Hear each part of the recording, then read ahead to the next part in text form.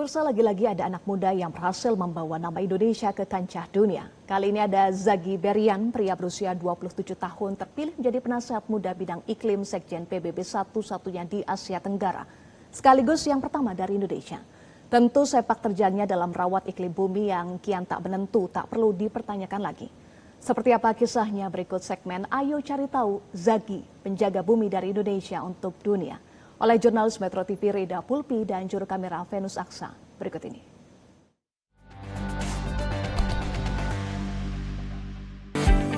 Kemerdekaan itu kita dapat menciptakan cita-cita kita, tantangan yang bisa kita prediksikan lah. Artinya apapun yang kita harapkan, banyak sekali dukungan yang bisa didapat. Itulah arti kemerdekaan.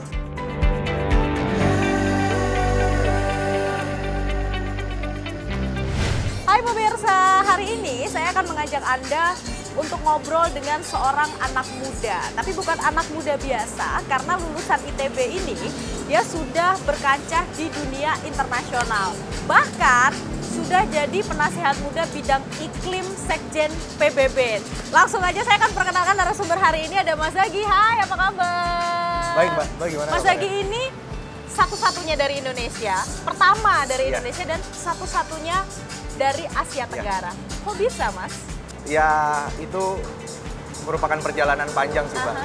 Jadi, saya sendiri udah menekuni bidang ini tuh hampir 6 tahun. Oh. Dari tahun 2019, dan di tahun 2025 ini mendapatkan amanah yang tadi sudah dijelaskan, yaitu penasihat muda bidang iklim Sekjen PBB, di mana kita fokus untuk bisa membantu Sekjen PBB ini untuk bisa menciptakan strategi-strategi untuk memitigasi dan juga melakukan aksi-aksi adaptasi terhadap perubahan iklim yang sekarang sudah dirasakan oleh semua orang.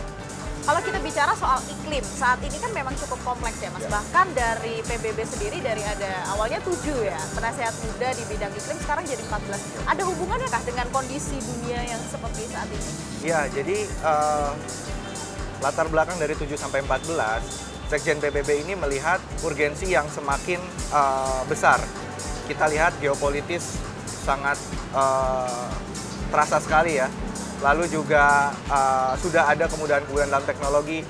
Jadi ini yang awalnya itu 7 jadi 14, kita punya tugas lebih besar lagi karena 2030 kan sudah semakin dekat gitu kan. Kita bicara terhadap target yang paling dekat itu yaitu Sustainable Development Goals atau pembangunan berkelanjutan. Nah, dari situ juga anak-anak muda yang terpilih itu punya background masing-masing. Sehingga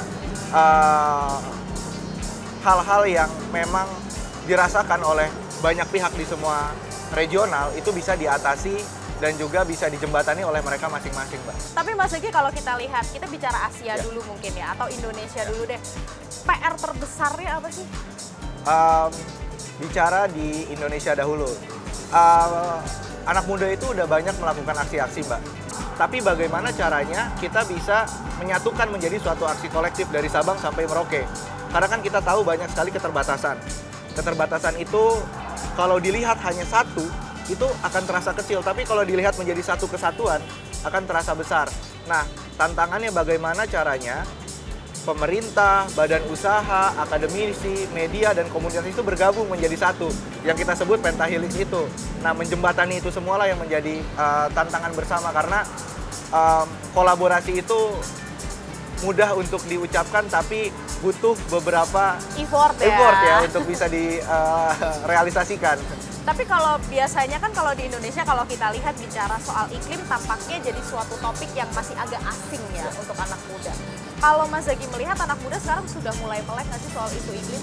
Jadi kita harus tahu bahwa perubahan iklim itu kan bukan hanya sekedar dari temperatur yang kita rasakan gitu, tapi ini adalah sifatnya sistemik. Nah, anak-anak muda sekarang sudah mulai nih mengetahui bahwa tadinya Bandung itu tidak sepanas ini, misalkan. Bogor itu tidak sepanas ini. Betul. Tapi kok kenapa ada perubahan ya? Nah, di situ kan mereka mulai terasa. Lalu yang kedua dari segi cuaca. Harusnya nih di bulan Agustus udah musim kemarau. Tapi ini masih ada hujan. Ya. Ya, jadi hal-hal itu mereka udah mulai notice ada apa ya dengan ini semua gitu. Nah, ditambah dengan adanya perubahan temperatur yang sekarang sudah semakin tinggi, biasanya kan anak-anak muda itu lihat lalu beraktivitas mulai terasa tidak terlalu nyaman ya, sehingga bawaannya emosi dan lain sebagainya. Itu ada fenomena namanya climate anxiety, kecemasan terhadap iklim-iklim ini. Nah, dari situlah mereka mulai mencari nih, apa sih ini alasan dibalik terjadinya ini semua, yaitu adanya perubahan iklim.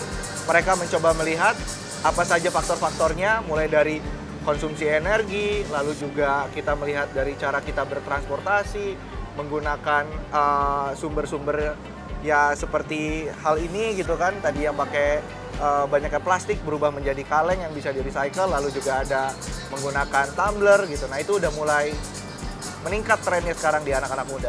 Mungkin kalau 1-2 orang tapi banyak yang melakukan dan konsisten, pasti kita bisa membuat dunia lebih baik. Apa sih yang bisa kita lakuin? Jadi seperti ini, kita bisa mengetahui yaitu konsumsi energi. Jadi kalau kita lihat di dunia dan terutama di negara-negara Asia, konsumsi energi kita itu termasuk tinggi gitu dibandingkan dengan negara-negara lain seperti Singapura gitu. Itu sudah rendah. Artinya apa? Arti dari indikator ini, kalau kita lihat berarti ada peluang untuk bisa mengoptimalkan energi. Contoh, ada beberapa teman-teman kalau mau tidur lampu harus nyala. TV harus nyala, AC harus nyala, dan lain sebagainya. Kita kan tidak membutuhkan hal tersebut dikala kita sedang tidur kurang lebih. Itu kan bisa kita optimalkan. Lalu siang-siang di perkantoran, ada yang masih menggunakan lampu terlalu banyak. Nah, itulah yang menjadi cara-cara kita juga untuk bisa mengkontribusikan lah terhadap perubahan iklim ini. Karena semakin besar energi yang kita gunakan, semakin besar juga listrik yang kita coba dapatkan, di mana di Indonesia itu kan masih didominasi oleh batu bara. Tadi Mas Zaki kan cerita, sebenarnya bukan dunia yang baru ngomongin soal ini, tapi sudah 6 tahun. Awal mula ketertarikan itu dari mana? Jadi dulu itu background saya teknik mesin di ITB. Dari situ kita banyak belajar tentang jumlah energi yang digunakan dan juga jumlah energi yang ada di dalam bumi kita semua gitu. Ternyata banyak energi itu. Ada dari angin, matahari, dari dalam bumi yaitu panas bumi, lalu dari beberapa tumbuhan-tumbuhan kita. Tapi pemanfaatannya masih belum terlalu optimal tahun di 2019 itu. Lalu mulailah tergerak, oh ini ternyata bisa ya kita konversikan gitu. Dan gratis juga dari alam. Nah, dari situ saya mulai berpikir bagaimana caranya bisa membumikan bahasa-bahasa yang sangat tinggi ini gitu kan, untuk bisa untuk bisa dirasakan lah untuk kita semua gitu. Kemudian akhirnya terjun ke masyarakat, kalau saya nggak salah Pati atau itu ada di lain Desa Pati tahun ini, tapi kita sudah mulai tahun 2020. Jadi Garut waktu itu. Jadi ceritanya itu memang penuh dengan tantangan dan drama juga. Kenapa tuh? Boleh diceritain. Jadi kita itu kan mulai dari perkumpulan lah anak-anak kampus 5-10 orang waktu itu. Lalu kita mau mencoba mengajak lagi banyak pihak yang mulai tergabung. Tapi yang namanya di Indonesia itu ada istilah seeing is believing gitu. Jadi melihat baru percaya. Tapi kita kan belum bisa membuat sesuatu yang bisa dilihat gitu. Seperti membangun pembangkit listrik kecil-kecilan gitu. Akhirnya kita patungan, Mbak. Jadi kita patungan untuk bisa membuktikan gitu. Karena kita mau memohon dukungan terhadap banyak pihak, belum ada portofolio, pasti sulit untuk bisa mendapatkan hal tersebut. Menariknya nih, hal-hal kecil yang kita lakukan di desa itu ternyata bisa berdampak besar. Seperti? Misalkan, kita tahu pertanian kita itu kan sangat besar potensinya yang ada di Indonesia. Tapi tantangannya adalah ketika musim kemarau, airnya dari mana? Nah, untuk mendapatkan air kan butuh yang namanya pompa. Dan daerah-daerah itu sulit terjangkau dengan jaringan listrik yang ada. Akhirnya kita bangunlah pembangkit listrik tenaga surya. Jadi yang kita tawarkan kepada masyarakat bukan listriknya, tapi airnya, penyimpanan esnya buat perikanan mereka.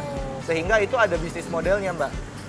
Bisnis model itu yang nanti digerakkan oleh semacam lembaga ya, kayak koperasinya, bumdesnya, yang nanti akan direplikasikan di berbagai daerah di sekitarnya. Karena banyak sekali potensi yang ada di Indonesia. Nah tadi kan Mas Zaki juga cerita bagaimana awalnya mungkin bisa dibilang dipandang sebelah mata karena belum ada hasilnya. Apalagi anak-anak masih muda. Waktu itu sudah lulus kuliah?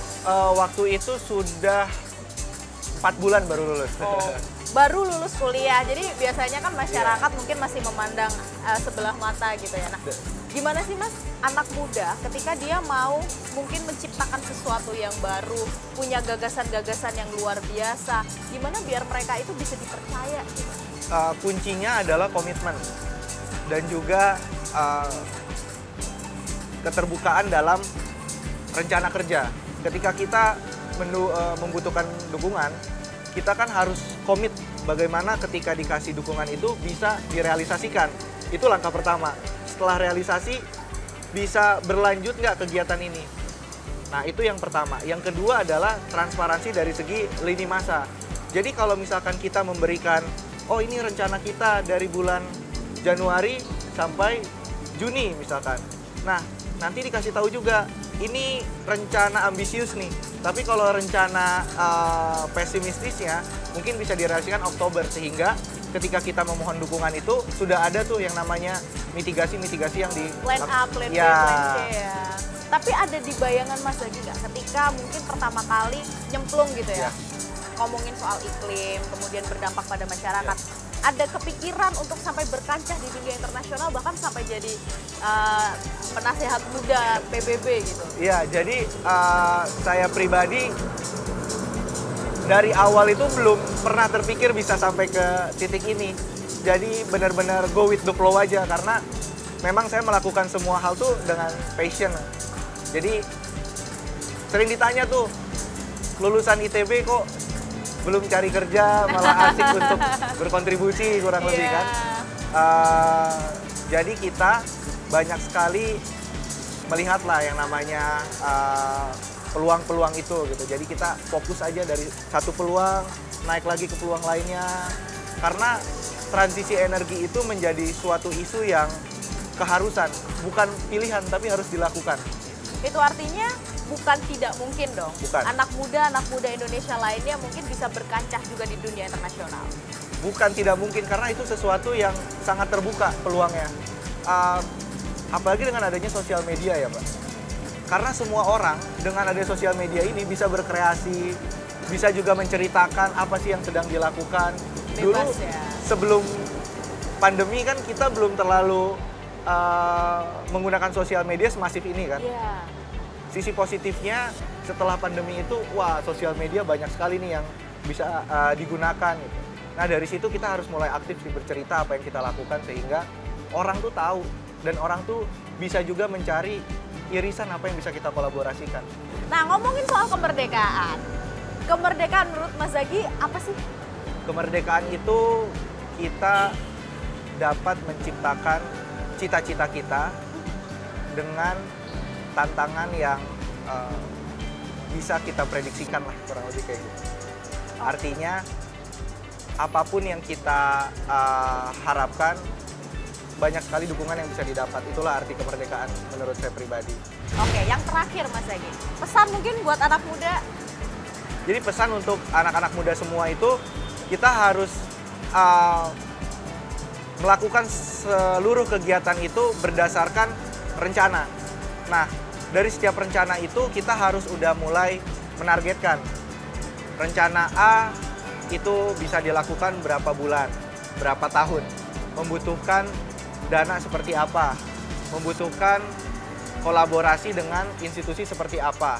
Jadi kita harus detail dalam melakukan perencanaan, sehingga saat adanya eksekusi, tantangan seperti apa sudah ada dalam rencana kita. Oke, jadi kalau anak muda tuh nggak boleh yang hidup hanya untuk hari ini ya. Jadi harus ada rencana-rencana, termasuk worst case-nya seperti apa harus masuk dalam rencana mereka. Betul. Ini keren nih. Jadi semoga menginspirasi anak muda Indonesia, terutama di momen kemerdekaan ke-80 ini. Jadi banyak lagi anak-anak muda Indonesia yang bisa berkiprah dan berkancah bukan hanya di nasional, tapi juga di internasional, mungkin mengikuti jejaknya Mas Zaki. Terima kasih banyak Mas Zaki atas waktunya, sudah mau ngobrol sama kita, ngomongin juga soal tugas-tugasnya seperti apa sih menjadi penasehat muda bidang iklim Sekjen PBB. Semoga sukses dan bisa membawa nama Indonesia lebih baik lagi di negara. Dan sekian dulu pemirsa untuk segmen Ayo Cari Tahu. Dan sekali lagi selamat Hari Kemerdekaan Indonesia yang ke-80. Sampai jumpa.